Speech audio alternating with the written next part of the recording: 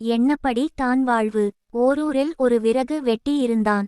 அவன் நாள்தோறும் ஊர் எல்லையில் இருந்து காட்டுக்கு சென்று விறகுகளை வெட்டி அவற்றை ஊர் மக்களிடம் விற்று பிழப்பு நடத்தி வந்தான்.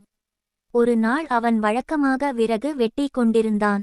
அப்பொழுது அவனுக்கு களைப்பு ஏற்பட்டது. அங்கிருந்த ஒரு மரத்தின் நிழலில் படுத்தான்.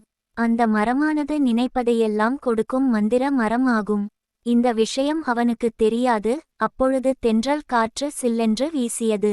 அது அவனுக்கு சுகமாக இருந்தது. இம்மாதிரியான நேரத்தில் ஒரு பஞ்சு மெத்தை இருந்தால் எவ்வளவு நலமாக இருக்கும் என்று அவன் மனதில் நினைத்தான். என்ன ஆச்சரியம்!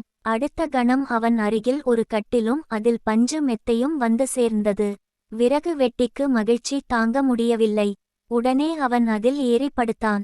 நாள் முழுவதும் கடினமாக உழைத்ததால் அவனுக்கு உடம்பெல்லாம் வலித்தது.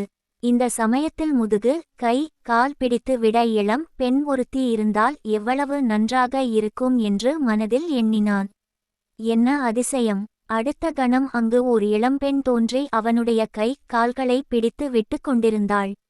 விறகு வெட்டிக்கு ஒன்றுமே புரியவில்லை. அவன் மகிழ்ச்சி வெள்ளத்தில் மிதந்தான். அவன் ஆச்சரியப்பட்டான்.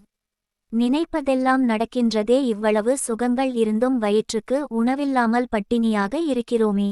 இப்பொழுது அறுசுவை உணவு இருந்தால் எவ்வளவு நலமாக இருக்கும் என்று எண்ணினான். மறுகணமே தங்கத்தட்டில் அறுசுவை உணவு வந்தது. பல வகை உணவுகள் வந்தன. விறகு வெட்டி அனைத்தையும் வயிறார உண்டான். உண்ட மயக்கம் தொண்டனுக்கு உண்டு என்ற பழமொழிக்கு ஏற்ப விறகு வெட்டிக்கு உறக்கம் வந்தது. படுத்தான்.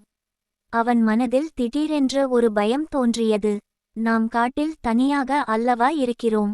இப்பொழுது ஒரு சிங்கம் ஒன்று நம் முன் வந்து நம்மை கொன்று விட்டால் என்னவாகும் என்று நினைத்தான். மறுகணம் அவன் முன்னால் ஒரு சிங்கம் தோன்றி அவனை கொன்று விட்டது. நீதி, நம் எண்ணப்படி தான் நம் வாழ்க்கை அமையும்.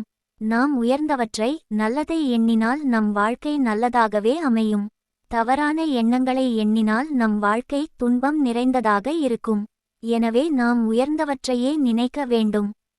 இந்த வீடியோ உங்களுக்கு பிடிச்சிருந்தால் லைக் பண்ணுங்கள், ஷேர் பண்ணுங்கள், கமெண்ட் பண்ணுங்கள். மறக்காமல் இந்த சேனலை சப்ஸ்கிரைப் பண்ணுங்கள். நன்றி, வணக்கம்.